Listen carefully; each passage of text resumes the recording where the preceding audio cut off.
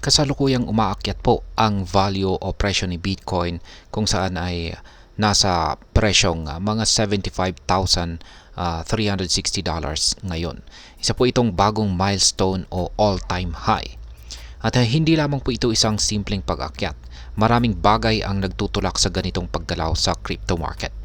Nagiging bullish ang market, ibig sabihin maraming tao ang bumibili at nag-i-invest kay Bitcoin dahil nakikita nila ang posibilidad na tumaas pa ang presyo nito. Ngayon, ang intraday gain ni Bitcoin ay nasa 7.69% at ang total gain naman po nito sa nakalipas na 24 oras ay umaabot po sa 9.25%. Ang market cap naman po niya ay nasa $1.47 billion at hawak ni Bitcoin ang halos 59.61% ng buong crypto market. Kaya't masasabi natin na ang market ngayon ay dominated ni Bitcoin at tila positibo ang pananaw ng mga investors dito. Kaya ang tanong ay yung pagkapanalo ni Ginoong Trump bilang US President or Pangulo ng bansang US, ito kaya ang patuloy na magtutulak sa presyo ni Bitcoin para akyatin niya ang presyong $80,000. Kaya ayan po ang siyang ating pag-uusapan sa video na ito. Pero bago po tayo magpatuloy ay nais ko lamang po munang bigyang linaw ang aking disclaimer kung saan ang nilalaman po ng video na ito ay hindi po ito isang financial advice. For education and information purposes lamang po ang layunin nito. At ayan, ano ang sinasabi ng mga technical analysis ng mga eksperto? Sa technical analysis ay makikita po natin sa daily chart ni Bitcoin na meron po itong dalawang malalaking bullish engulfing candles or candlesticks. Ngayon ay ano nga ba ang ibig sabihin ng mga ito? Sa madaling salita ay nagpapakita ito ng matinding buying momentum o malakas na pagtaas ng presyo sa loob ng isang araw. Ang mga candlestick na ito ay tanda na maraming tao ang pumapasok sa market para bumili. Dahilan kung bakit patuloy na umaakyat ang value o presyo ni Bitcoin. Makikita rin natin na ang presyo ni Bitcoin ay lumampas na sa 100% Fibonacci level na nasa presyong $73,679. Isang importanteng price level sa technical analysis. Kapag naabot o nalampasan ang Fibonacci level na ito, nangangahulugan na ito ay may potensyal pa at may potensyal pa na si Bitcoin ay tumaas pa lalo. Ang MACD naman o Moving Average Convergence Divergence at ang signal line ay nagbigay ng positive crossover. Sa madaling sabi ay ang mga indicators na ito ay nagbibigay po ng buy signal o senyales na magandang bumili sa kasalukuyan dahil ang presyo ay patuloy na tumataas. Ngayon ay paano naman nakakaapekto ang pagkapanalo ni Ginoong Donald Trump bilang Pangulo ng bansang US dito kay Bitcoin? Ngayon ang pag-usbong ng posibilidad na si Ginoong Donald Trump ay siya yung naging sunod na Pangulo ng bansang US ay tila nakakaapekto po ito sa kasalukuyang presyo ni Bitcoin. At bakit? Una, si Ginoong Trump ay kilala pong supporter ng mga financial markets. At noong panahon ng kanyang unang termino, nakita natin na ang pag-akyat ng stock market at iba pang mga risk assets ay meron itong kaugnayan kay Ginoong Trump or Pangulong Trump. Kaya naman ay iniisip ng mga tao na ang pagbabalik niya sa kapangyarihan ay maaring magdala ng mas malaking investment sa crypto industry. Para sa maraming investor, lalo na ang mga big institutions, kapag positibo ang pananaw nila sa ekonomiya, madalas na naglalagay sila ng mas maraming investment sa mga risk assets gaya ng crypto. Ang tinatawag po na bullish sentiment o positibong pananaw sa market ang siyang nagpapalakas sa damdamin or sentiments ng mga investors para bumili at mag-hold ng Bitcoin.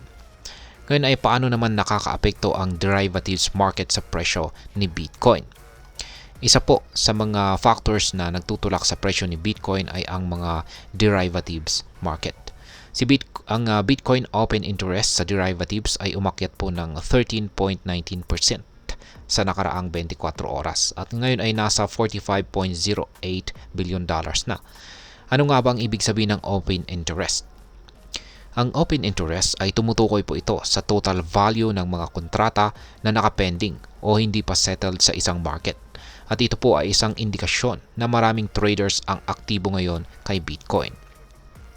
Ang options market naman ay nakapagtala rin ng pagtaas sa open interest na nasa $30.81 billion na tumaas po ng 6.69%.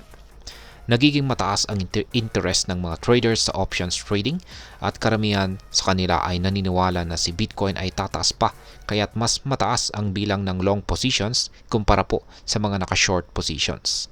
Ang long to short ratio ay pumapabor sa long. Ibig pong sabihin ay mas marami ang naglalagay or nagbubukas ng kanilang position sapagkat ang kanilang espekulasyon ay tataas ang presyo ni Bitcoin sa mga susunod na araw. Ngayon ay ano naman po ang epekto ng short liquidations sa market? Sa kasalukuyang bull run ni Bitcoin, ang mga short sellers ay nakakaranas po ng malalaking liquidations. May kabuuang $247.67 million sa short positions ang na-liquidate nitong nakalipas na 24 oras, kung saan ay $211.67 million ay galing po sa short positions.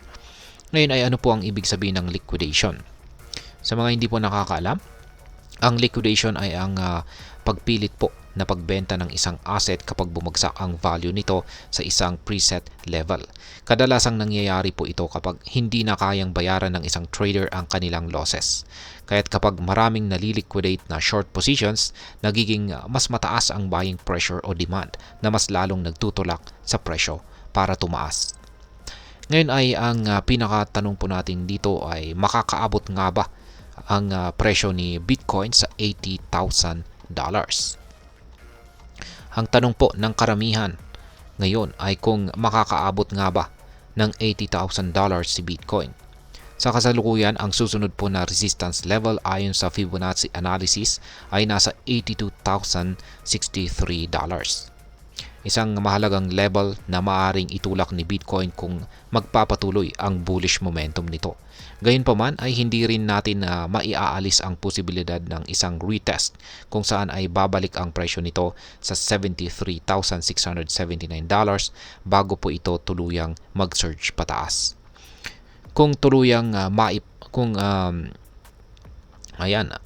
dahil po sa panalo na nga itong si Donald Trump bilang Pangulo ng bansang US, ito po ay posibleng magdudulot ng isang matinding catalyst sa mga paparating na araw at posibleng tumaas nga ang presyo ni Bitcoin sa $78,000 o higit pa sa mga paparating na araw o sa loob ng maikling panahon lamang. Ngayon ay ano naman po ang aking masasabi tungkol dito? Ang kasalukuyang pag-angat po ni Bitcoin ay hindi lamang po dulot ng political speculation kundi isang pagsama-sama ng mga factors tulad ng mga technical analysis, open interest sa derivatives market at overall bullish sentiment. Posibleng magkaroon tayo ng mga pag-retrace o pagbaba sa mga susunod na araw pero mukhang malakas ang support levels ni Bitcoin na magandang senyales para sa mga investors. Ang pagpasok naman ni Ginoong Donald Trump sa political scene ay tila nagbibigay ng mas matatag na pananaw sa mga investors na mahilig sa risk assets tulad ni Bitcoin. Ngunit tandaan po natin na laging may kasamang volatility ang crypto market, kaya't mahalaga pa rin ang pagiging maingat at ang pagsunod sa ating mga investment strategy. At ayan, hanggang dito na lamang po tayo sa video na ito mga ka-crypto. Sana po ay inyong nagustuhan ang aking paliwanag sa video na ito. Kung inyo po itong nagustuhan ay pakiclick lamang po ang like button nito. Marami pong salamat sa panonood, ingat po tayo lagi at God bless po sa ating lahat.